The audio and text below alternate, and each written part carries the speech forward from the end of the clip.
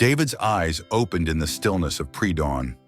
His small beachside apartment bathed in the dim glow of distant streetlights.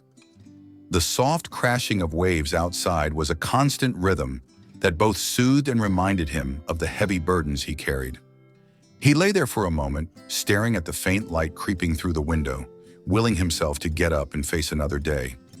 He moved quietly, careful not to disturb the stillness that seemed to envelop the apartment in the early hours. His fingers reached out to silence the alarm before it could buzz, his body already accustomed to waking before it rang. The room was cold and he shivered as he threw back the covers and rose to his feet, rubbing the sleep from his eyes. The kitchen was small and cramped, but it was familiar, each crack in the tiles and every worn corner a testament to the life he had built here with his wife. Now it was just him and Leo, his 8-year-old son, who was still asleep in the bedroom down the hall. David moved with practiced ease, preparing breakfast, 2 slices of toast and a glass of milk, his mind already racing with the worries that plagued him each morning. The stack of medical bills on the counter seemed to loom larger every day, a constant reminder of the debt left behind after his wife's long illness. He forced himself to look away, focusing instead on the routine tasks that kept him grounded. With the toast on a plate and the milk poured, he set everything down on the small table by the window. The gray light of dawn was just beginning to creep over the horizon, casting long shadows across the room. He sighed softly, rubbing his temples, and then made his way to Leo's room. Pushing open the door, he stood in the doorway for a moment, watching his son sleep peacefully, his small chest rising and falling with each breath. Leo's dark hair was tousled and his face was relaxed, free from the worries that seemed to consume David day and night. "Leo, time to wake up, buddy," he said gently, stepping inside and brushing a strand of hair from his son's forehead. Leo stirred, his eyes fluttering open with a sleepy smile. It was a smile that always made David's heart ache. It was so much like his mother's. Pushing the thought away, he helped Leo get dressed, their conversation light and easy, filled with the small talk of breakfast choices and school assignments. By 6 a.m., they were out the door. The crisp morning air was cold against David's face as they made their way to the old beat-up pickup truck parked on the street. It was an ancient thing, held together by more hope than mechanics, but it was theirs. As he started the engine, it sputtered and coughed before roaring to life, a sound he had come to dread on colder mornings. Leo climbed into the back seat, settling in with his school bag in his lap. David glanced at him in the rearview mirror, taking in the serious expression on his son's face, a look that seemed too old for his 8 years. The drive to school was quiet, the sun slowly rising over the ocean, casting a soft orange glow across the water. David tried to focus on the road, but his mind kept drifting to the pile of unpaid bills, the repairs the truck needed, and the nagging fear that he was barely holding everything together. When they arrived at the school, he pulled to a stop in the drop-off lane and turned to Leo, forcing a smile. "Have a good day, okay? I'll see you tonight." Leo nodded, his smile brightening his face as he leaned over to hug his father tightly. "Bye, Dad," he called as he jumped out of the truck and ran towards the school entrance. David watched until Leo was inside, then let out a breath he hadn't realized he was holding, shifting the truck back into gear. His next destination was the factory, a sprawling, worn-down building at the edge of town where he worked long hours to keep a roof over their heads. As he pulled into the nearly empty parking lot, he caught a glimpse of Sergeant Rachel Thomas's patrol car parked across the street. She was a regular presence in this part of town, often patrolling the same routes he took. They had exchanged nods for years, 2 familiar faces in a neighborhood where not much changed. Today was no different. David nodded as he stepped out of the truck, and Rachel nodded back, her expression calm and focused. He didn't know much about Rachel, only that she had been assigned to this beat for as long as he had lived here. There was a comfort in those brief moments, the unspoken acknowledgement that they were both just doing their best to get through another day. As he walked towards the factory entrance, he felt the familiar weight of exhaustion settle in, but he pushed it down, locking it away behind the facade of strength he wore for his son's sake. The day passed slowly, each hour marked by the steady hum of machinery and the relentless monotony of the factory floor. David moved through his task mechanically, his thoughts drifting back to Leo's face, to the worries that never seemed to leave him. By the time his shift ended, the sky had turned to shades of pink and gold, the setting sun casting long shadows over the parking lot. He picked Leo up from school, and they drove home in companionable silence. Back at the apartment, they settled into their evening routine: dinner, homework, and a bit of time to watch cartoons before bed. David savored those moments, the way Leo's laughter filled the tiny apartment, the warmth of his son leaning against him on the worn-out couch. But when Leo was finally asleep, the weight of the day returned, pressing down on him as he stared out at the dark ocean, the waves crashing against the shore in a steady, unbroken rhythm. It was during these quiet hours, when the apartment was still and the only sound was the distant roar of the sea, that David allowed himself to feel the loneliness, the fear, the exhaustion that he kept hidden from Leo. He knew he couldn't afford to break down, not when his son needed him to be strong, but sometimes in the stillness of the night, it felt like the waves would wash him away, leaving nothing behind. The sound of a car engine outside broke the silence. David looked out the window just in time to see Rachel's patrol car drive by, her headlights cutting through the darkness. He wondered if she saw him standing there, framed by the light from the street lamps. He doubted it. But still, there was a strange comfort in knowing she was out there, patrolling the same streets, looking out for people like him who were doing their best to survive. With a heavy sigh, he turned away from the window and set his alarm for another early morning. It would be the same as today, the same routine, the same worries, the same long hours at the factory.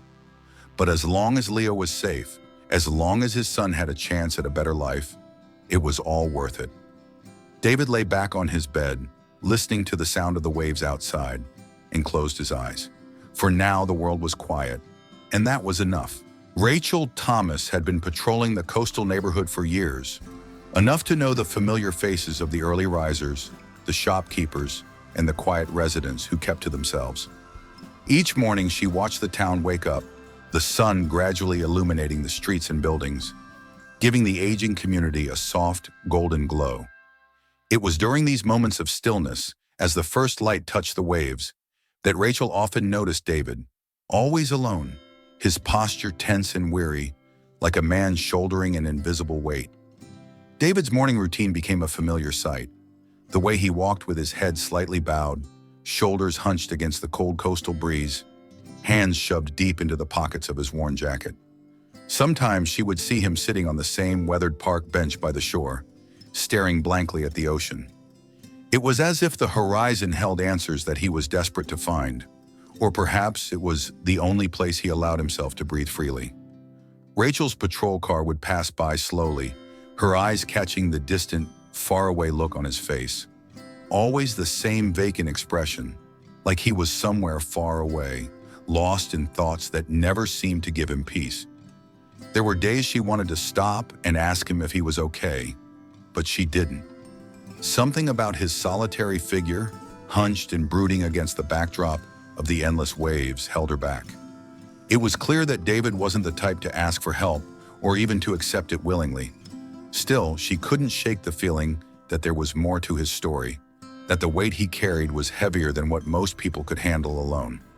One crisp autumn morning, as she made her usual rounds, Rachel noticed David sitting on the bench, his gaze fixed out to sea. She slowed her patrol car, observing him from a distance. The worn, familiar look of exhaustion was etched into every line of his face.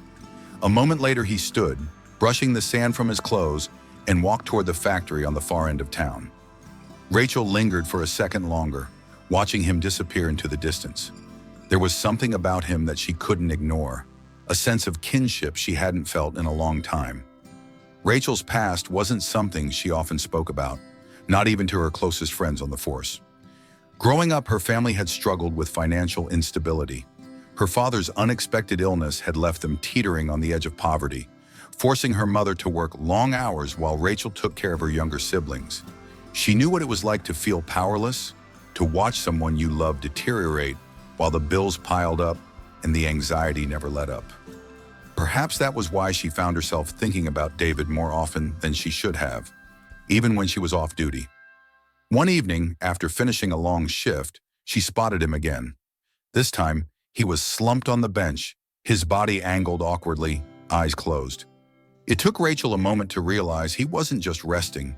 He had fallen asleep right there, too exhausted to even make it home after what she suspected had been another double shift at the factory. Her breath hitched as she pulled her patrol car to the side of the road, stepping out quietly so as not to startle him. David's face, partially illuminated by the soft glow of a nearby street lamp, looked haggard and worn. The exhaustion that radiated from him wasn't just physical, it was something deeper, a fatigue that no amount of sleep could cure. She stood there watching him sleep for a few moments, her heart aching with a mixture of empathy and frustration. She wanted to help him, to reach out, but the walls he had built around himself were thick and impenetrable. Sighing, she retreated to her car and drove away, leaving him undisturbed. But the image of his weary face stayed with her long after she had turned the corner. The next morning, as she sat in her patrol car, sipping her first coffee of the day, Rachel made a decision. She couldn't ignore what she had seen, couldn't pretend that the man she passed by every day was just another face in the crowd.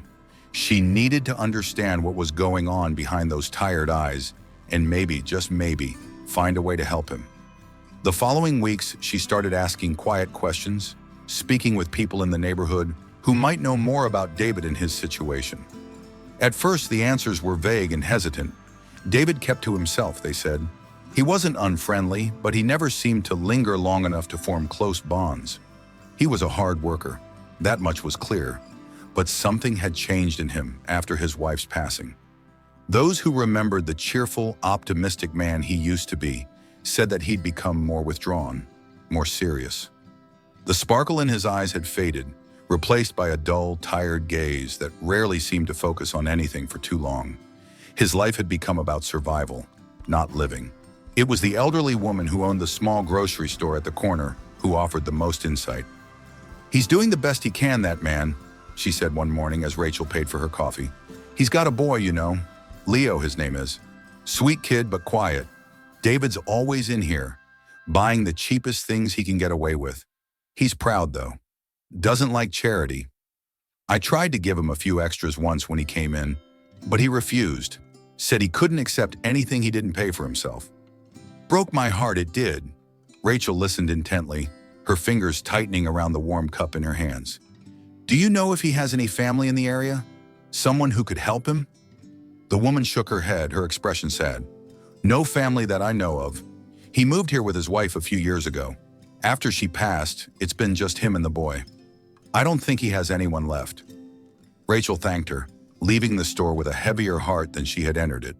The more she learned, the more the pieces of David's life seemed to fit together into a tragic, unbreakable cycle. It wasn't just about money, it was about the grief that he carried with him, the kind that only someone who had lost everything could understand. She found herself watching for him even more closely after that, her patrols shifting subtly to intersect with his route to and from the factory. She saw him nearly every day, sometimes with Leo in tow, the two of them walking hand in hand as they headed to school, their conversation quiet and subdued. Other times he was alone, staring out at the water as if it held the answers to questions he couldn't bring himself to ask. Once, she noticed him picking up a second-hand book from a little street stand, running his fingers over the worn cover before slipping it into his coat pocket. It was a small, almost insignificant moment, but it struck Rachel how carefully he chose his small pleasures. Things that cost little but seemed to mean everything in a life otherwise devoid of joy. It wasn't long before the neighborhood began to notice Rachel's interest in David. A few people approached her, curious and concerned, wanting to know if he was in trouble. She brushed off their questions with polite, non-committal answers, insisting that she was just doing her job. But deep down, she knew it was more than that. There was something in David's quiet persistence, his refusal to give up despite the crushing weight of his circumstances, that struck a chord within her. It was a struggle she understood too well. One rainy morning, she saw David rushing from the grocery store with a bag of groceries, his coat soaked through as he shielded Leo from the downpour. She pulled her patrol car alongside them, rolling down the window.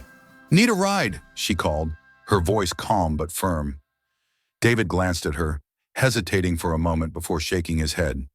"Thanks, but we're okay," he replied, his voice steady but tight. She nodded, watching as he guided Leo down the street, their figures growing smaller through the rain-splattered windshield. Rachel's chest tightened as she watched them disappear.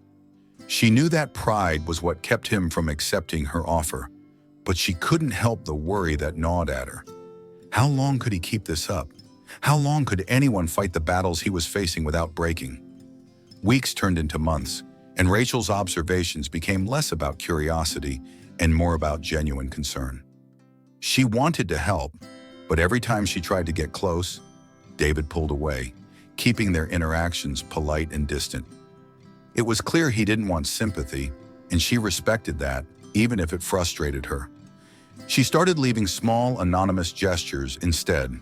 A box of groceries left outside his apartment door, a spare coat hung on the bench where he often sat. She never stayed to see if he accepted them, knowing that it would only embarrass him. But she couldn't help hoping that, in some small way, her actions were making a difference. Rachel's determination to help, however subtle, never waned. She saw too much of herself in David to turn away, even if he would never know how deeply she understood his struggle.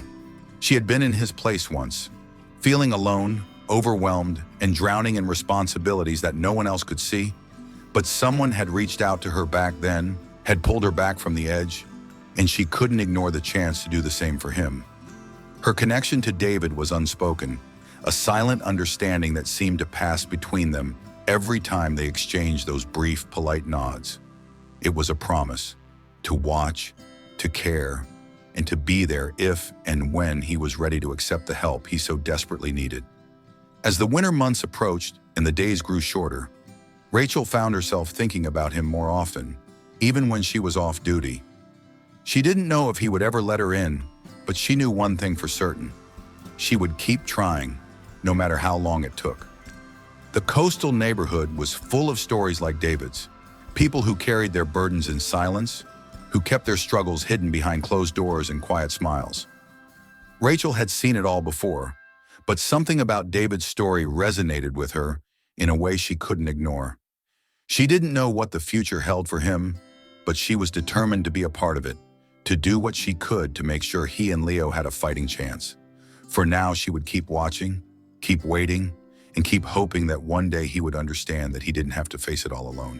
The morning air was crisp and biting, the chill of winter hanging in the coastal breeze as Rachel's patrol car rolled to a stop at the edge of the small park. Through the mist that clung to the ground, she could see David sitting on his usual bench.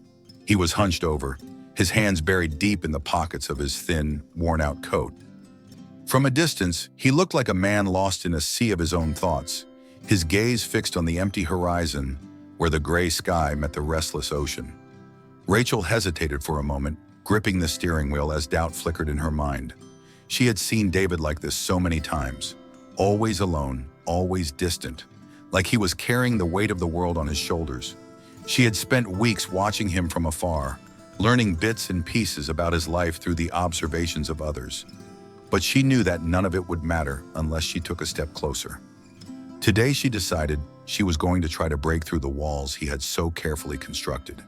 Taking a deep breath, she turned off the engine and stepped out of the car, her boots crunching over the frosty grass as she approached the bench. The cold bit at her exposed skin, and she pulled her scarf tighter around her neck, feeling the sting of the wind on her cheeks.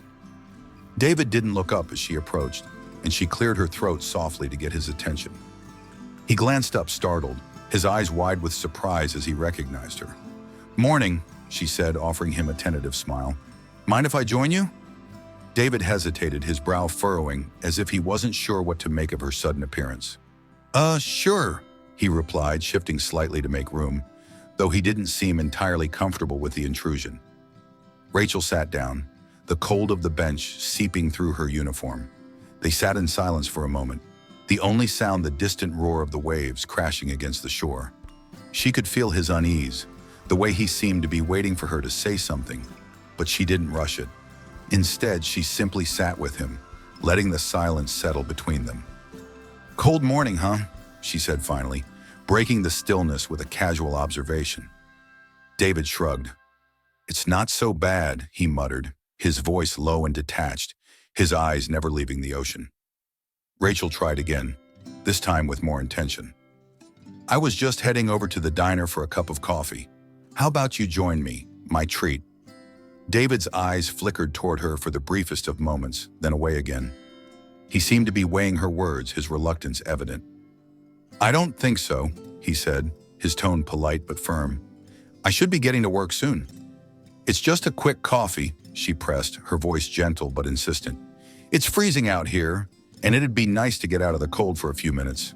Besides, I could use the company. He hesitated again, his face a mask of uncertainty. But something in Rachel's tone must have softened him. With a resigned sigh, he nodded, standing up and brushing the frost from his coat. Okay, just a few minutes. They walked together in silence to the small diner a few blocks away. The early morning streets mostly empty except for the occasional car passing by. Rachel led the way, pushing open the door and holding it for David as they stepped into the warmth of the cozy, well-worn diner. The smell of fresh coffee and bacon filled the air, and a few regulars glanced up from their booths, offering polite nods of acknowledgement. Rachel chose a booth in the back corner, away from prying eyes. The waitress, a woman in her 50s with a kind smile, brought them 2 steaming mugs of coffee without needing to ask for their order. They sat across from each other and Rachel watched as David cupped the warm mug in his hands, staring down at the rising steam as if unsure of what to do next. Thanks for coming, she said softly, taking a sip of her own coffee. I know this is probably the last thing you want to be doing right now. David's lips twitched in what might have been a smile, but it was gone before it fully formed. I don't mind, he said, his voice guarded. I just don't usually do this sort of thing. Rachel nodded, understanding the unspoken hesitance behind his words. I get it. I'm not trying to pry into your life or anything. I see you around a lot. I know things have been hard for you lately, and I wanted to check in. Make sure you're okay. He looked up at her then, his eyes sharp and wary, a hint of defensiveness creeping into his posture. I'm fine, he said, his voice a little too quick, a little too certain. I don't need any help. She held up her hands in a gesture of peace. I'm not here to push you into anything, David. I just thought we could have a conversation. That's all. He relaxed slightly, but only slightly. He took a sip of his coffee, his gaze flickering around the diner, as if searching for an escape route. I appreciate the concern, he said finally, his tone more measured. But really, I'm handling things. It's just a lot sometimes. Rachel could hear the strain in his voice, the way he was holding back the truth behind a wall of forced composure. She wanted to press him, to ask the questions she knew were simmering just beneath the surface, but she sensed that he was already at his limit. Instead, she leaned back in her seat, giving him space. I understand, she said quietly. Believe me, I do. Life has a way of piling on more than we think we can handle. David's eyes softened for a moment, as if her words had struck a chord, but he quickly shuttered his expression, his gaze dropping back to the mug in his hands. Yeah, he said simply, his voice barely audible. It does. They sat in silence for a few moments, the tension between them easing slightly as the warmth of the diner enveloped them. Rachel watched him carefully, trying to find a way to reach him, but every question she considered seemed too invasive, too personal. It was clear that David wasn't ready to let her or anyone into his world. After a while, the waitress returned, refilling their cups with fresh coffee and flashing them a friendly smile before retreating to the counter. Rachel wrapped her hands around the warm mug, taking a slow sip as she weighed her next words carefully. You know, she said softly, if you ever need to talk, I'm here. No pressure, no expectations. Just someone to listen. David's jaw tightened, and for a moment she thought he might get up and leave. But then he nodded, a reluctant, almost imperceptible movement. Thanks, he said, his voice strained. I'll keep that in mind. Rachel knew it wasn't much, but it was something, a small crack in the wall he had built around himself. She could see the exhaustion etched into every line of his face, the way his shoulders slumped as if he was carrying a burden far heavier than anyone should have to bear alone. It broke her heart to see him like this, to know that he was struggling and yet too proud or too afraid to reach out for help. As they finished their coffee, Rachel made no further attempts to dig into his life. Instead, they talked about the small things, the weather, the upcoming holiday season, the routine of work and school. It wasn't much, but it was enough to fill the silence between them without making David feel cornered. When they finally stood to leave, she reached out and gently touched his arm, offering a small, encouraging smile. "Take care of yourself, okay?" she said softly, her voice full of sincerity. David looked at her for a long moment, as if trying to decide whether to trust her. Then he nodded again, his expression guarded but not unfriendly. "I will. Thanks for the coffee." Rachel watched him go, her heart heavy with a mixture of frustration and hope. She had seen the brief flicker of vulnerability in his eyes, the quiet desperation that he tried so hard to hide. He was a man on the edge, and she knew that breaking through to him would take time. Time and patience that she was more than willing to give. As he walked out of the diner, the bell above the door chiming softly, Rachel remained seated for a while longer, staring down at her empty coffee cup. She had done what she could, and now all she could do was wait. Wait and hope that he would find it in himself to let someone in before it was too late. The next morning, Rachel was back on her patrol, her thoughts still lingering on their conversation as she drove through the quiet streets. She didn't know what the future held, but she knew one thing for certain. She wasn't giving up on David. Not yet. Not ever. She would keep watching, keep waiting, and keep hoping that one day he would see that he didn't have to face the darkness alone. Back at his small apartment, the chill of winter seemed to seep through the thin walls, settling into David's bones as he tried to hold his fragile world together. It was late, and Leo was already asleep in the next room, his faint breaths the only sound that broke the oppressive silence. David sat at the small kitchen table, papers scattered in front of him. Overdue bills, medical notices, reminders of debts he could barely make a dent in. The weight of it all pressed down on him, tightening the knot of anxiety in his chest until he could barely breathe. He ran a hand through his hair, sighing heavily as he rubbed at his tired eyes. The numbers didn't add up, no matter how he tried to rearrange them. Every extra shift, every sacrifice seemed to barely make a dent in the ever-growing stack of bills left behind after his wife's passing. He was drowning, and the weight of pride kept him from reaching out for the lifeline he so desperately needed. For as long as he could remember, David had believed that it was his job to provide, to protect, to be strong for his son. Asking for help felt like admitting he had failed in his most basic responsibility, so he kept pushing forward, one exhausting day after another, hoping that if he just worked a little harder, if he just held on a little longer, he could pull them both through the storm. One cold, rainy morning, everything came crashing down. Leo woke up with a high fever, his small body racked with shivers. Panic shot through David as he felt the heat radiating from his son's forehead, his skin clammy and pale. There was no way he could leave Leo alone in this state, but missing work meant losing the only fragile thread of stability they had left. Torn between his duty as a father and the desperate need for income, David chose to stay home, sitting by Leo's bedside through the long, feverish hours of the night. As the days dragged on, Leo's illness lingered, stubborn and unyielding. David spent sleepless nights at his son's side, cooling his forehead with damp cloths, coaxing him to take sips of water, and praying that the fever would break. Each time he called in sick to work, his boss's tone grew colder, the warnings sharper. The threat of losing his job loomed over him like a dark cloud, but he couldn't bear to leave Leo's side, not when his son needed him most. The missed shifts began to pile up, and with them, the financial pressure mounted. David's bank account dwindled to nearly nothing, and soon he found himself standing in the cold, sterile light of the pharmacy, choosing between medicine for Leo and groceries to last the week. His pride kept him from reaching out to anyone. He couldn't bear the thought of pity or charity. Instead, he gritted his teeth and did the best he could, hoping that it would be enough.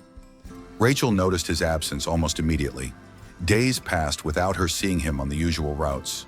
No hurried walk to the factory in the early dawn, no exhausted slump on the park bench in the evenings. Her unease grew with each passing day, worry gnawing at her like an itch she couldn't scratch. Something was wrong. She knew it instinctively, and it wasn't in her nature to turn a blind eye. One day, as she sat in her patrol car, parked discreetly near the edge of the neighborhood, Rachel made a decision. She couldn't just wait and hope that David would reappear on his own. She needed to do something. Without a clear plan in mind, she reached out to a few contacts she had in the community, pulling strings quietly and discreetly. Soon, a small box of groceries and a bag of basic medications found their way to David's doorstep, delivered anonymously by a kind neighbor who agreed to keep her involvement a secret. The next morning, David opened the door to find the supplies waiting there: canned goods, fresh bread, a carton of eggs, and the fever medicine Leo so desperately needed. His initial reaction was one of shock, his mind racing as he looked up and down the empty street, searching for any sign of the mysterious benefactor. When he found none, a deep sense of unease settled in the pit of his stomach. Who had done this? Who had decided to intervene in his life without asking? Anger and shame warred within him, each emotion amplifying the other until they merged into a single furious resolve. His pride burned hot and fierce, and in that moment, he felt as if all the sacrifices he had made, all the late nights and early mornings, had been reduced to pity from a stranger. It was unbearable. It didn't take long for him to connect the dots. Rachel. She was the only one who knew enough about his situation, the only one who had shown any interest in his life beyond the polite nods and brief exchanges in passing. Fury bubbled up inside him, mixing with the frustration of the past few weeks, and he stormed out of the house, leaving Leo in the care of a neighbor just long enough to confront her. Rachel was patrolling near the park when she saw him approaching, his face flushed with anger, eyes hard and unyielding. Before she could greet him, he was already speaking, his words sharp and accusatory. "Did you do this?" he demanded, thrusting the empty grocery box toward her. "Did you send these?" Rachel's heart sank, but she met his gaze without flinching. "Yes," she said quietly, her voice steady and calm despite the storm in his eyes. "I just wanted to help. I knew you weren't able to work, and I thought—" "You thought what?" he interrupted, his voice rising. "That I needed charity? That I couldn't take care of my own son?" "It wasn't charity," she said firmly, refusing to back down. "It was just a little help. Everyone needs a hand sometimes, David. There's no shame in that." "There is to me," he snapped, his jaw tight with barely contained fury. "I don't need your pity, and I don't need your help. Stay out of my life." Rachel felt the sting of his words, but she didn't waver. She had expected this, had known it was a risk when she decided to act. Still, seeing the raw pain and desperation in his eyes hurt more than she had anticipated. "I understand," she said softly. "I'm sorry if I overstepped. I won't interfere again. But please know that the offer still stands if you ever change your mind." David's expression didn't soften. He turned on his heel and walked away without another word, his shoulders rigid with anger and frustration. She watched him go, her heart heavy with regret, knowing that she had done the right thing even if he couldn't see it. It was clear now that she had misjudged the situation, and she resolved to honor his wishes, even if it meant stepping back. She wouldn't push him any further, but that didn't mean she would stop caring. Back at home, David's anger simmered long after their confrontation. He was exhausted, mentally, physically, and emotionally. Yet the weight of his pride refused to let him crumble. For days, he remained tense and closed off, his interactions with neighbors clipped and distant, his focus solely on Leo's slow recovery. He barely slept, hovering over his son's bed at night, his thoughts tangled in a relentless cycle of guilt and determination. He would prove he could handle it, that he didn't need anyone's charity. He had to, but Rachel didn't disappear from his life completely. She was still there, always there on her early morning patrols, passing by the park bench where he used to sit, her presence a quiet, steady reminder that someone was watching, waiting, and ready to help if he ever found the courage to reach out. Winter deepened, the days growing shorter and the cold more bitter. Leo's illness eventually subsided, leaving him pale and weak but finally on the mend. The crisis had passed, but the financial strain lingered, the burden heavier than ever. Every time David passed by the park, he felt Rachel's eyes on him, never intrusive, never demanding, but always there. It was infuriating and comforting all at once. He told himself he didn't need her, that he didn't need anyone. But the truth was harder to deny when the long nights were filled with silence and worry, when the weight of responsibility felt like it would crush him beneath its relentless pressure. He knew she had meant well, that her actions had come from a place of genuine concern, but the sting of pride wouldn't let him forgive her for what he perceived as an intrusion. He withdrew further into himself, throwing every ounce of energy into work and caring for Leo, his world narrowing to the confines of their small apartment and the factory's cold, echoing halls. He pushed himself harder, determined to claw his way out of the hole he was in, even if it meant sacrificing what little peace of mind he had left. And through it all, Rachel remained, a quiet, steady presence on the periphery of his life, neither pushing nor prying, but never quite gone. He told himself it didn't matter, that he was fine on his own. But sometimes late at night, when the darkness felt overwhelming and the silence deafening, he found himself thinking about the warmth of that diner, the kindness in her eyes, and the strange comfort of not being quite so alone. For now his pride still held sway, but a small, stubborn part of him wondered how much longer he could keep pretending he didn't need help before the weight became too much to bear.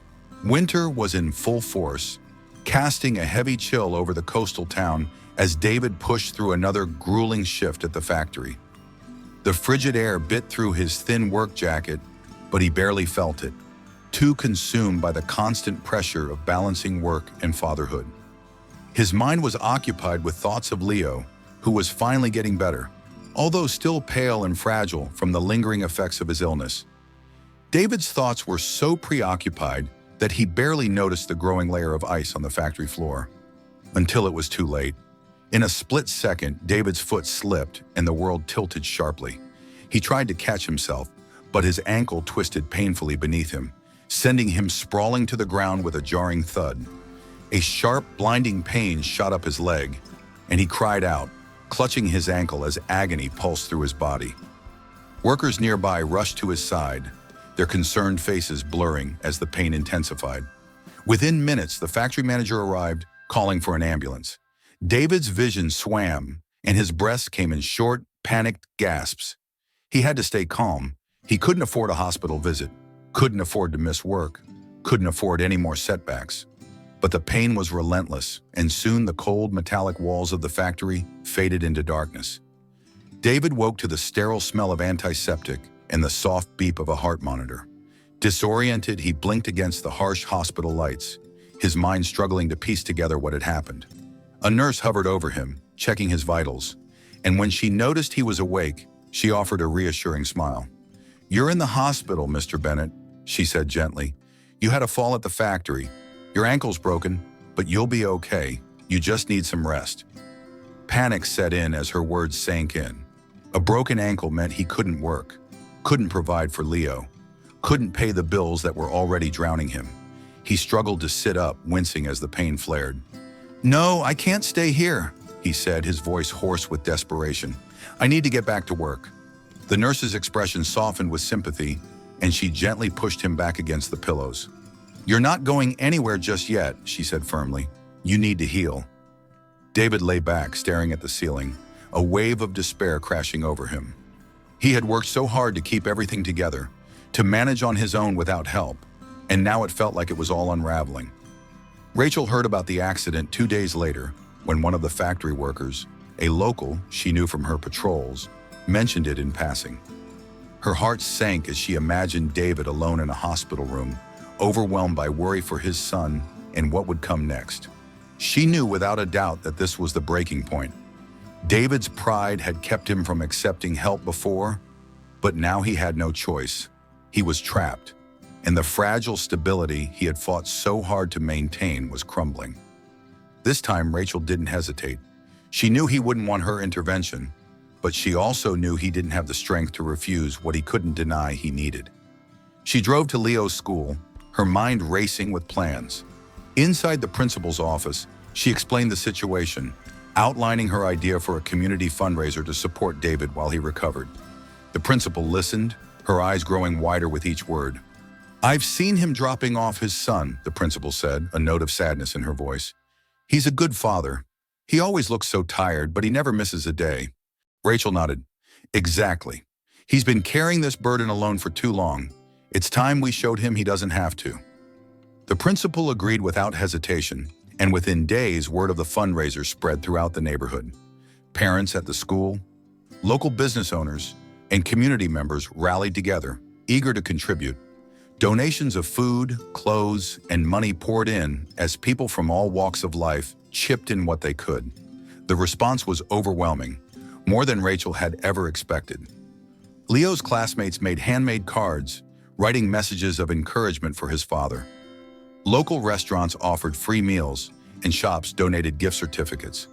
Even the factory workers, who barely made enough to get by themselves, pooled their resources to help their injured colleague. It seemed everyone in the neighborhood had a story about David, how he had helped shovel snow off a neighbor's driveway last winter, how he had fixed a broken fence for an elderly woman down the street, how he always had a kind word for the kids at the school. Rachel was touched by the outpouring of support, but she knew the hardest part was yet to come, convincing David to accept the help. David was discharged from the hospital a week later, his ankle tightly wrapped in a cast. He hobbled through his apartment door, his movements slow and careful, still woozy from the pain medication. Exhaustion weighed him down like a leaden blanket, and he sank onto the worn couch, letting out a heavy breath. His relief at being home quickly turned to confusion when he noticed the kitchen table. It was piled high with neatly stacked grocery bags, each one filled with food and basic necessities. A folded note sat on top, the handwriting unfamiliar but kind. For you and Leo. Take care. Your neighbors. David's heart pounded in his chest as he stared at the bags, the weight of his pride and the reality of his situation warring within him. It was more than just groceries. There were winter clothes for Leo, a bag of toys, and an envelope filled with gift cards to local stores and pharmacies. Tears of frustration and gratitude stung his eyes, but he forced them back, unwilling to show any weakness, even in the privacy of his own home. He was still absorbing the shock when Leo burst through the door, his face alight with excitement. "Dad, you won't believe it," he exclaimed, waving a flyer in his hand. "They had a fundraiser at school today. For us. Everyone was there. Ms. Lopez from the bakery brought cupcakes, and Mrs. Harris said she'll babysit me anytime you need. Look." He thrust the crumpled flyer at David, his eyes shining with hope. "They said we're not alone, Dad." David's hands trembled as he took the flyer, staring at the colorful drawings of hearts and stars that the children had made. He felt overwhelmed, caught between the fierce pride that had kept him going for so long and the raw, unexpected gratitude that threatened to spill over. His throat tightened, and he set the flyer down, pulling Leo into a tight embrace. "Yeah," he said, his voice choked with emotion. "I guess we're not." But that didn't mean it was easy. Accepting the community's help felt like admitting defeat, like he had failed as a provider and a father. For days, he avoided eye contact with neighbors, his embarrassment eating away at him. He stayed inside as much as possible, limping around the small apartment and trying to figure out how he would get back to work before the cast was even off. Rachel knew this would happen. She had anticipated his struggle with accepting help.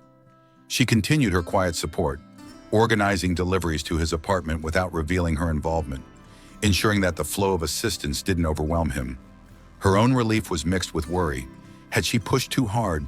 Had she crossed a line he couldn't forgive? One chilly evening, as the sun dipped below the horizon and the waves crashed against the shore, there was a hesitant knock at Rachel's door. She opened it to find David standing there, leaning heavily on his crutches, his face a mixture of anger, embarrassment, and something she couldn't quite place.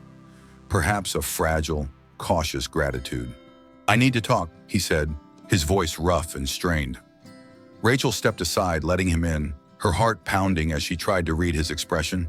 He limped to the kitchen table, lowering himself into a chair with a wince. There was a long silence before he spoke. "Why did you do it?" he asked, his tone almost accusatory. "Why did you get everyone involved?" Rachel sat across from him, meeting his gaze without flinching. "Because you needed help," she said simply, "and because I knew you wouldn't ask."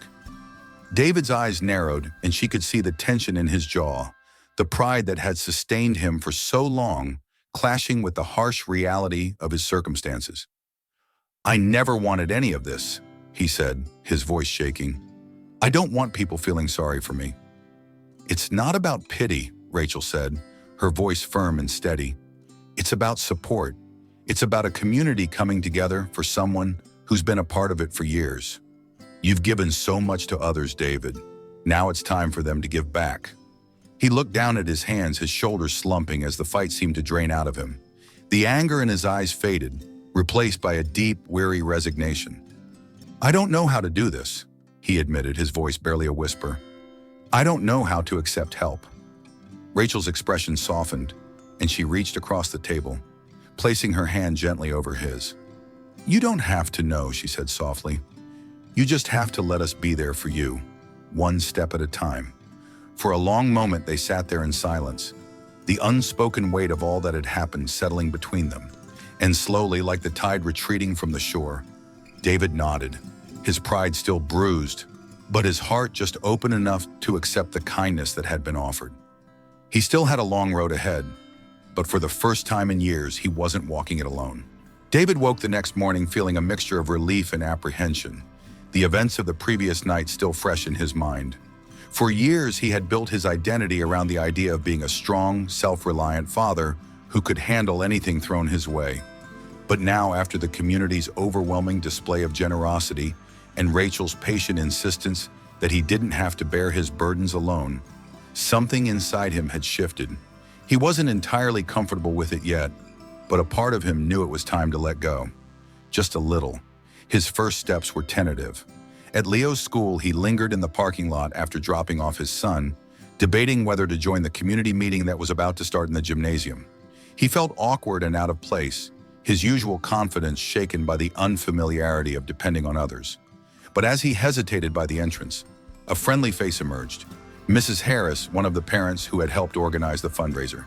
She greeted him with a warm smile and waved him over. "David, it's so good to see you," she said brightly. "We're just about to get started. Come on in. There's coffee and pastries. You must be freezing out here." He managed a hesitant smile and let her lead him inside, grateful for her kindness. The room was filled with neighbors, some familiar, others strangers, all gathered around tables with steaming cups of coffee in hand. There was a buzz of conversation, laughter, and warmth that made the cold, gray morning outside feel like a distant memory. Rachel was there, sitting at one of the back tables, and she caught his eye as he entered. She didn't push or wave him over. Instead, she simply gave him a nod, acknowledging his presence without pressuring him to do more than he was ready for. Her quiet support gave him the courage to take a seat and join the discussion as the meeting began. Over the next few weeks, David found himself gradually adjusting to this new normal. It wasn't easy. His instincts still told him to withdraw, to manage things on his own. But every time he started to pull back, someone from the community reached out with a simple gesture of support. A neighbor stopping by to ask if he needed a ride to the grocery store, another parent offering to pick up Leo from school if he had to stay late at work, or a local business owner asking if he needed help finding winter clothes for his growing son. Each small kindness chipped away at his defenses, slowly showing him that he was part of something bigger, and that accepting help didn't mean he was failing. It meant he was human. Rachel remained a steady presence, her encouragement quiet and consistent.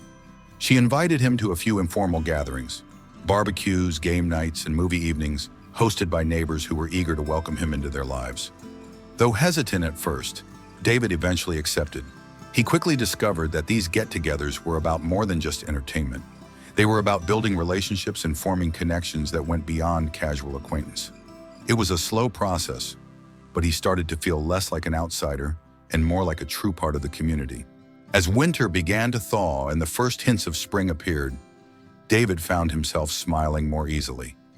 He began sharing bits of his story with the group, his struggles after losing his wife, the difficulty of balancing work and fatherhood, and the strain of financial hardship. There were tears, there was laughter, and there was a quiet understanding that words couldn't fully express. His vulnerability brought out the same from others, and he was surprised to learn that many of the people he admired for their apparent stability had faced their own battles: cancer, layoffs, divorces, family estrangements. They had all come through stronger, not because they had done it alone, but because they had leaned on the community when they needed to. For the first time in years, David felt like he could breathe again. His nights, once filled with endless anxiety and isolation, were now punctuated with moments of genuine connection. Leo's laughter as he played with neighborhood kids, the warmth of Rachel's understanding gaze, the support of neighbors who were no longer strangers but friends. Then came an opportunity that would change everything. One morning, while Rachel and David were having coffee at the local diner, a ritual they had started to fall into, she handed him a flyer. It was an advertisement for a position at a new local business that was expanding into the area. A warehouse job with better pay, benefits, and most importantly, regular hours that would allow him to be home in the evenings with Leo. "I heard about this from a friend," Rachel said casually, sipping her coffee. "I thought you might be interested." David scanned the flyer, his pulse quickening. It seemed too good to be true, and he had to read it twice to make sure he wasn't missing something. It was a significant step up from the factory job he had lost, a chance for real stability. He looked up at Rachel, his eyes wide with uncertainty. "Do you think I have a shot?" he asked, his voice betraying his nerves. She reached across the table and squeezed his hand. "I know you do," she said with a firm, encouraging smile. "You just have to go for it." The interview was nerve-wracking, but David went in prepared. He wore the only suit he had, one he hadn't touched since his wife's funeral, and walked into the meeting room with his head held high, determined to make the most of the opportunity. The hiring manager, a friendly woman named Ms. Carter, listened attentively as he talked about his work experience, his dedication to his son, and the ways he had managed to keep everything together even in the face of adversity. When he walked out of the interview an hour later, he wasn't sure how it had gone. He called Rachel on the way home, his voice shaking as he shared every detail, seeking reassurance. She listened patiently, then told him what he needed to hear. "You did your best, David. Now you just have to trust that it's enough." 2 days later, the phone call came. David was offered the job with a pay raise that would make a world of difference for him and Leo. He was stunned, barely able to process the good news, and when he hung up the phone, he found himself laughing and crying all at once, a release of tension and fear he hadn't even realized he'd been holding on to. The next few weeks were a whirlwind of changes. He settled into the new job, the regular hours allowing him to pick Leo up from school each day and spend their evenings together, free from the constant exhaustion that had once defined his life. With the financial pressure easing, he could finally afford to replace the old drafty windows in their apartment and buy Leo a new pair of sneakers for spring. They even managed a few small luxuries, an occasional ice cream outing, a visit to the local aquarium, a family movie night with popcorn and blankets piled high on the couch. Leo thrived. The boy who had once been shy and withdrawn blossomed with each passing day, his laughter growing louder, his curiosity boundless. He made friends at school, joined the soccer team, and began to bring home drawings of the sea and the ships he loved so much, proud to show his father every crayon stroke and watercolored wave. David framed some of the best pieces and hung them on the living room wall, the bright colors a testament to how far they had come.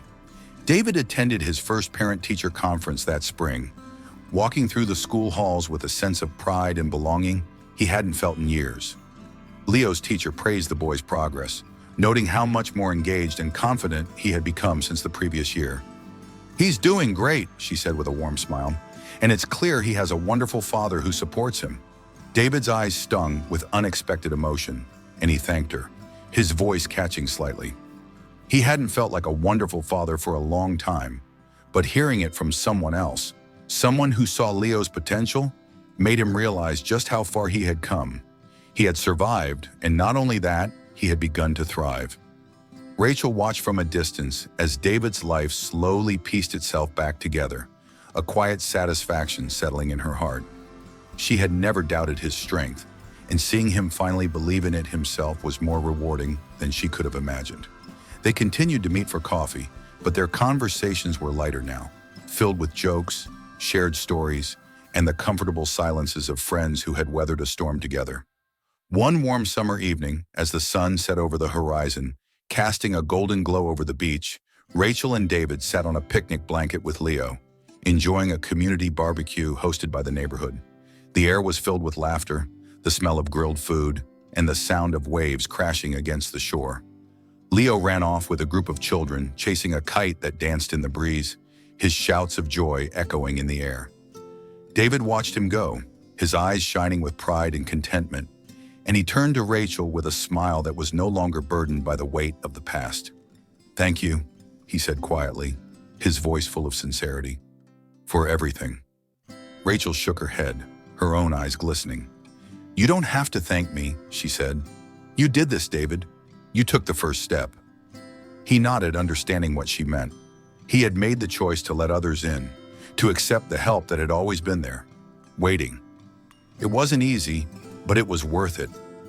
He looked around at the faces of the people who had become more than neighbors, who had become family, and he felt a warmth spread through him, deeper than the setting sun. He had found his place, he had found his community, and he knew, without a doubt, that this was just the beginning of a new, better chapter for him and Leo. A chapter built not on isolation and struggle, but on connection, hope, and the quiet strength of people who cared. The changes in David's life were gradual but steady, like the turning of the tide. A few months after starting his new job, he felt a sense of normalcy that had been missing for so long. For the first time in years, he didn't wake up with the weight of anxiety pressing down on him. Instead, there was a lightness, a cautious optimism, growing in the spaces where fear and isolation had once thrived. David had become a regular at local community events. What had started as hesitant participation turned into genuine involvement. He attended neighborhood meetings, where he began sharing his story, speaking honestly about the challenges he had faced and how the community support had changed his and Leo's lives. His words were often met with nods of understanding, knowing smiles, and even tears. He found comfort in the shared struggles, realizing that he wasn't the only one who had faced hardship. One chilly fall afternoon, he stood in front of a group of neighbors at a community potluck, holding a microphone that shook slightly in his hand.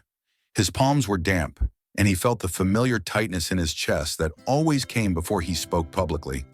But he pushed through it, thinking of Leo's bright smile and the unwavering support he had received. "4 months ago," he began, his voice steady despite the nerves, "I was barely holding on. I had lost my wife, my job, and nearly everything that made life stable for my son. I thought asking for help was a sign of weakness, and I carried everything alone because I didn't want to be a burden." The crowd was silent, every eye on him, and he could feel the warmth of their attention. Rachel was in the back, giving him a reassuring nod that gave him the courage to continue. "But I learned something," David said, his voice growing stronger. "I learned that letting people in, letting them care for you, isn't a weakness. It's a strength. It's what saved me, and it's what made me realize that I want to be a part of something bigger. I want to give back the same way you all gave to me." His words were met with a round of applause, a sound that filled him with pride and a sense of belonging he hadn't felt in years. From that moment on, David's involvement in the community deepened. He volunteered for every event he could, fundraisers, food drives, neighborhood cleanups, putting his heart and energy into giving back. The gratitude he felt for the community that had embraced him and Leo fueled his desire to be of service. And soon he became a familiar, friendly face in every neighborhood initiative. David's apartment, once a shabby and cold space, began to transform as well. Inspired by his new job's steady income and a newfound sense of pride in his home, he decided it was time to make some changes. He applied for a local renovation grant, a program initiated by the community to help families who had fallen on hard times. His application was accepted, and soon a team of volunteers arrived with tools, paint, and boundless enthusiasm. Over the course of several weekends, neighbors came together to repair the apartment's crumbling walls, replace drafty windows, and repaint the peeling exterior. They added new insulation to keep the cold winter winds at bay, installed new kitchen cabinets, and even built Leo a small reading nook by the window where he could sit and draw his beloved ships, the sunlight spilling over the pages. Leo's room was a highlight of the renovation. Volunteers painted the walls a deep ocean blue, and a local artist even offered to create a mural of a ship sailing across the waves with a bright orange sunset in the background. Leo's eyes lit up when he saw it, his face alight with pure joy, and David's heart swelled with gratitude. He couldn't believe how much had changed in such a short time. For the first time in his life, his apartment felt like a real home, a place filled with warmth, color, and love. Rachel's visits became more frequent, often joining them for dinner or helping with community projects. She and David had formed an easy, comfortable friendship that deepened over time. They shared a quiet understanding that came from facing hardships and finding strength through vulnerability. Rachel's steady support never wavered, and David, in turn, offered his own encouragement as she shared some of her own past. Memories of a difficult childhood and the struggles she had faced as a young officer in a small, tight-knit town. One evening, as they sat on the renovated porch of David's apartment, watching Leo play with a group of neighborhood kids, David turned to Rachel with a rare, unguarded smile. "You know," he said softly, "I used to think that once you fall, there's no getting back up.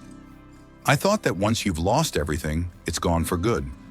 Rachel looked at him, her eyes reflecting the golden light of the setting sun. "And now," she asked, her voice gentle, "now I know that sometimes it takes falling to see who will be there to catch you," he said, his gaze moving to Leo, who was laughing and running freely with his friends. "And that there's always a way to get back up, stronger." Rachel smiled, a warmth spreading across her face. "You're right. And you've become someone who catches others now, David. Don't forget that." Her words stayed with him as he continued to immerse himself in the community. Inspired by his own journey and the support he had received, he began to lay the groundwork for something he wished had existed when he was at his lowest: a support group for single parents. He knew the struggles they faced, the isolation, the fear, and the exhaustion that came with carrying the weight of parenthood alone. He wanted to create a space where they could come together, share their experiences, and find the encouragement and resources they needed to move forward. The support group started small, just a handful of parents who gathered once a week in the local community center. They shared coffee and stories, their conversations often lingering long into the evening. At first, there was hesitance, an unease that came from admitting vulnerability in front of strangers. But as the weeks passed, a sense of camaraderie grew. David facilitated each meeting, guiding the discussions with patience and empathy, knowing how difficult it was to speak about the things that hurt the most. He shared his own story first, bearing the parts of himself that still ached, the guilt of not being able to save his wife, the nights he had gone without food so that Leo could eat, the moment he had broken down after his accident, feeling like he had failed as a father. There were tears and quiet nods of understanding from the other parents, and slowly they began to open up too. They talked about their struggles with finances, their fears for their children's futures, the loneliness of sitting at the kitchen table after the kids were in bed, wondering how they would make it through another day. Rachel often joined the meetings, not as a police officer, but as a friend, lending a listening ear and offering support where she could. Her presence brought a sense of safety and reassurance, and soon word of the group spread throughout the town. More single parents joined, bringing their own stories, their own experiences, and the group grew. It became more than just a place to vent. It became a network of support. Parents shared resources, babysitting tips, and job leads. They exchanged clothes their children had outgrown, organized playdates, and offered each other rides when transportation was an issue. They laughed together, cried together, and slowly began to heal, knowing they weren't alone. David found fulfillment in this new role. He wasn't just a struggling single father anymore. He was a mentor, a friend, and a leader in the community. The burden that had once felt so heavy was now lighter, shared among a group of people who understood the weight he had carried for so long. As spring turned to summer, the apartment renovations were finally completed, and David decided it was time to celebrate. He and Leo planned a small gathering to thank everyone who had helped transform their home and their lives. The backyard of the apartment was decorated with strings of fairy lights, colorful banners, and a long table filled with homemade dishes from neighbors who were eager to join in the celebration. The night was warm and filled with laughter as friends, neighbors, and members of the support group gathered to share food, stories, and music. Leo ran around with his new friends, his cheeks flushed with excitement, and David couldn't stop smiling as he moved through the crowd, thanking each person who had played a part in their journey. Rachel arrived just as the sun was setting, carrying a basket of her famous blueberry muffins. She found David standing by the bonfire, watching the flames dance with a content expression on his face. She handed him the basket, and he accepted it with a grateful smile. "Thank you," he said, his voice thick with emotion, "for everything. I couldn't have done this without you." Rachel shook her head. "You did this, David. I was just here to remind you that you didn't have to do it alone."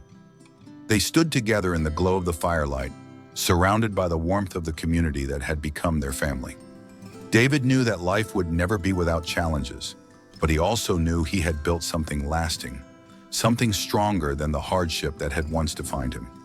As the evening drew to a close, David raised a glass to the crowd, his voice steady and clear. "To all of you," he said, lifting his drink high, "for being there when I couldn't stand on my own, and for showing me that we are never truly alone.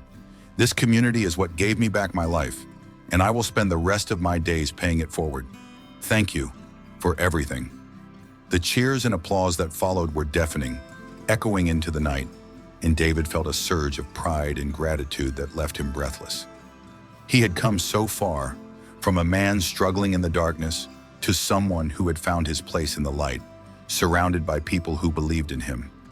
And as the music played and laughter filled the air, David knew he had found not just a new beginning, but a new purpose, to be the support that others had been for him, to help them find their way back to the light, and to build a community where no one had to struggle alone. The neighborhood bustled with a new energy, a sense of optimism that hadn't existed a year ago. Word had spread that David was hosting a gathering to celebrate the progress of the community, and the response had been overwhelming. People came not just to support David, but to celebrate the collective journey they had all been a part of. The once isolated neighborhood was now a tightly woven tapestry of friendships, mutual support, and shared memories. There were new faces and familiar ones alike, all united by the common understanding that they were stronger together. David's small, renovated apartment was almost unrecognizable from the shabby space it had been a year earlier. Twinkling fairy lights adorned the porch, casting a warm glow as the late afternoon sun began to set over the horizon. Leo, now more confident and happier than he had ever been, dashed around excitedly with the neighborhood kids, his laughter rising above the hum of conversation. His room, once a sparse and uninspired corner, had become a haven of creativity and joy, filled with drawings and school projects, many of which he proudly showed off to his friends. Tables laden with food, homemade casseroles, fresh salads, and desserts of all kinds lined the backyard. Everyone had brought something to share, eager to contribute to the celebration. The smell of barbecued meat mixed with the salty sea breeze, and the sound of laughter and music blended into a joyful cacophony. It was a true potluck, the kind that brought out the best in everyone, and Rachel's blueberry muffins were once again a highlight of the spread, vanishing almost as soon as she set them down. Rachel arrived just before dusk, her heart swelling with pride as she took in the sight before her. David moving confidently through the crowd, greeting each guest with a handshake or a hug, his face relaxed and open. It was a far cry from the man she had first met, slumped and weary on a park bench, his shoulders weighed down by the burdens of a life that had seemed too heavy to bear. Now he was a leader, a friend, and a source of inspiration to those who had come to know him. She found him standing by the barbecue, flipping burgers and laughing with an elderly couple who had lived in the neighborhood for decades. When he saw her, his face broke into a broad smile, and he waved her over. "I'm glad you're here," he said, handing her a glass of lemonade. "It wouldn't be the same without you." Rachel took the glass, her eyes shining. "I wouldn't have missed it for the world," she replied, her voice thick with emotion. "You've come so far, David. Look at what you've done. Look at this community." David followed her gaze, taking in the scene with a sense of awe. Neighbors who had once barely known each other were deep in conversation. Children ran freely between tables, and a group of parents from the support group he had started stood in a circle, laughing and sharing stories.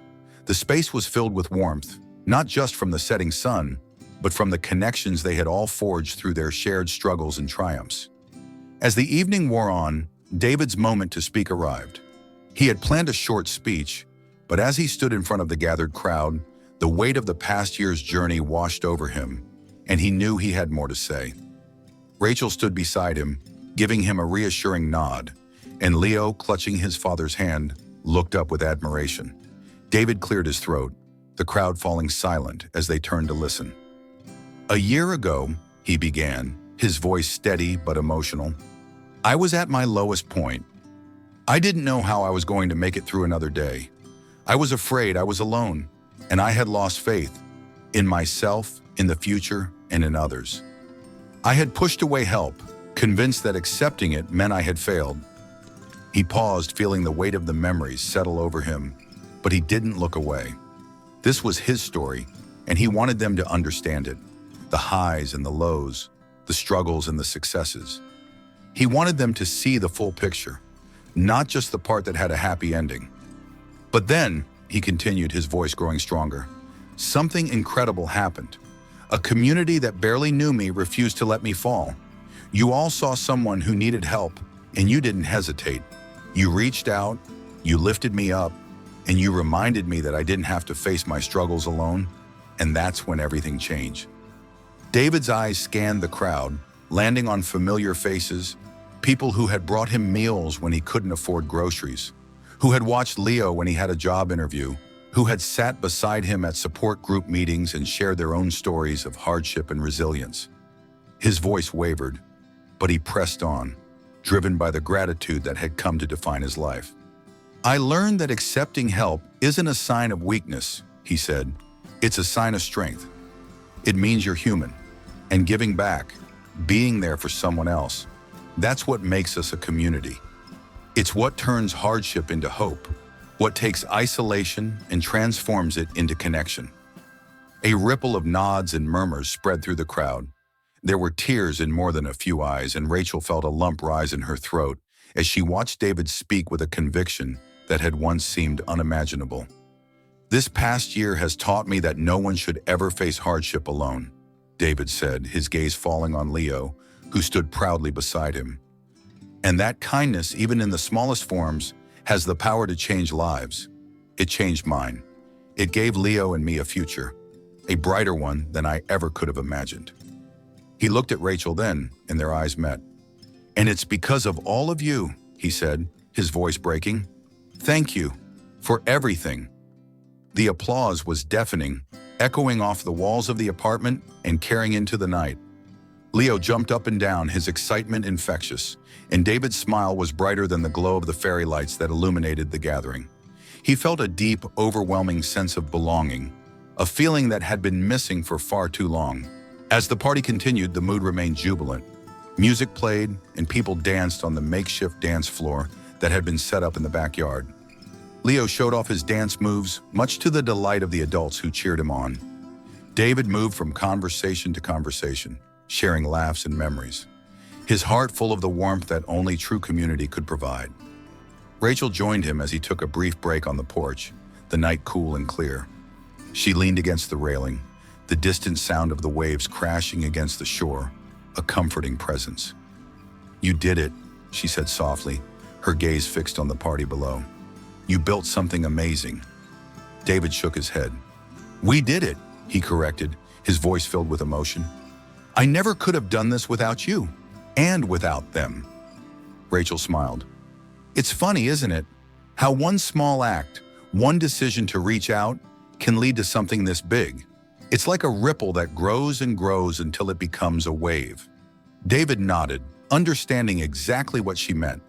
He had been that single ripple, and the community had turned him into a wave, a force of change and support that had transformed not only his life, but the lives of those around him. The celebration continued long into the night, the party gradually winding down as families headed home, children sleepy but happy in their parents' arms. When the last guests had left, David and Leo stood together on the porch, looking out at the now quiet street. The apartment was a mess of empty plates, used cups, and leftover food, but David didn't mind. He knew that this was only the beginning. There would be many more celebrations, many more moments of connection and joy. He knelt down to Leo's level, ruffling his hair. "Did you have fun?" he asked, his voice warm. Leo nodded enthusiastically. The best, he said, his eyes shining. Can we do it again? David chuckled. Definitely, he promised. This is our home now, and we're going to keep making it better. For us and for everyone else. Leo threw his arms around his father's neck, hugging him tightly, and David held him close, his heart swelling with love and pride. They had come so far, and there was still so much more to look forward to. Later that night, after Leo had fallen asleep, David found himself standing on the beach, the cool sand beneath his feet, the waves lapping at the shore. The moon hung low in the sky, casting a silvery glow across the water. He stared out at the ocean, feeling the gentle breeze tug at his hair, and thought of everything that had led him to this moment. The struggles, the pain, the kindness that had saved him, and the strength he had discovered within himself. He knew that life would never be perfect, that there would always be challenges and hardships to face. But now he didn't fear them. He knew he had a community that would stand by him, a son who looked up to him with pride, and a future that was no longer shrouded in darkness, but filled with light. Rachel joined him on the beach, her footsteps silent on the sand. She stood beside him, their shoulders almost touching, and together they watched the moonlight dance across the waves. Thank you, he said quietly, his voice barely above a whisper, for not giving up on me. Rachel smiled, her eyes soft with understanding. I never will, she said simply. And as they stood there side by side, the night stretching out before them, David knew he had found his way home.